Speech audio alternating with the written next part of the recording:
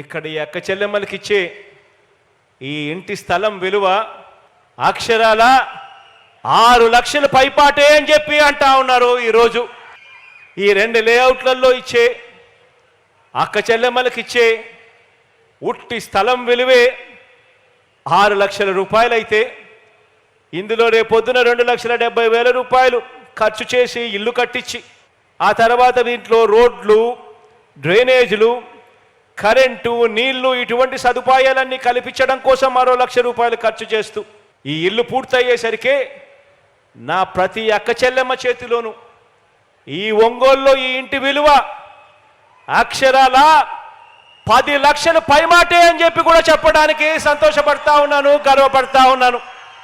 అక్క చెల్లెమ్మలను లక్షాధికారి కాదు, మిలియనియర్లుగా చేస్తూ ఉన్నాం. పేదలకు మీ బిడ్డ ఇళ్ళ స్థలాలు ఇవ్వడానికి, ఇల్లు కట్టడానికి అడుగులు ముందుకు వేస్తే రాక్షసుల్లా అడ్డుకునేందుకు చంద్రబాబు నాయుడు గారు ఆయన మనుషులు వేసిన కేసులు ఎన్నో తెలుసా?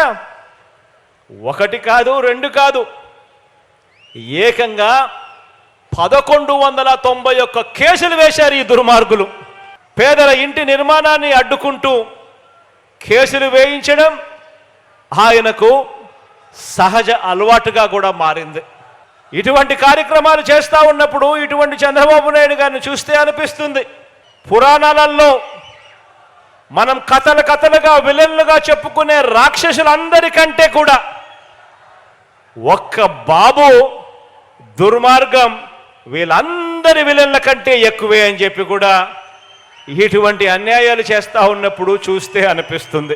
ఎన్నికలు జరుగుతూ ఉన్న ఈ సంగ్రామంలో మనం సిద్ధం అంటూ ఉంటే మరో వంక బాబు భార్య మా ఆయన సిద్ధంగా లేడు అంటోంది.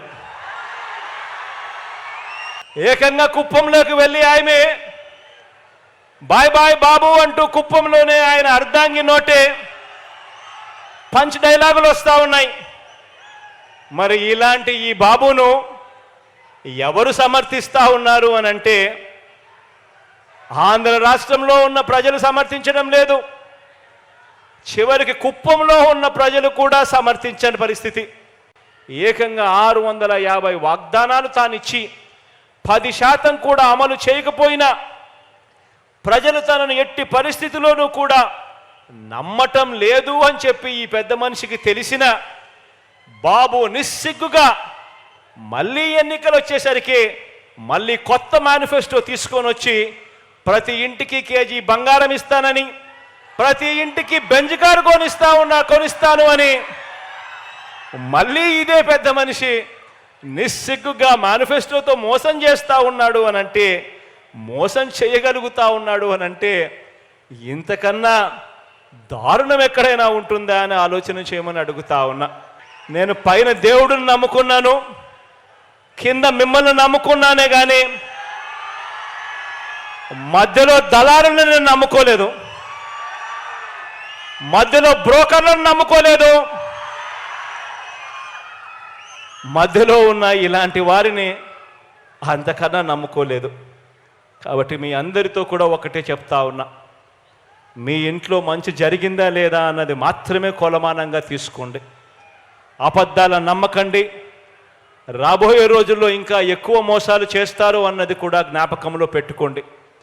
మీకు మంచి చేసింది ఎవరు అన్నది మాత్రమే మీ మనసులో పెట్టుకుని మీకు మంచి జరిగుంటే మాత్రం మీ బిడ్డకు అండగా తోడుగా మీరే నిలబడండి అని చెప్పి మరొకసారి కోరుతూ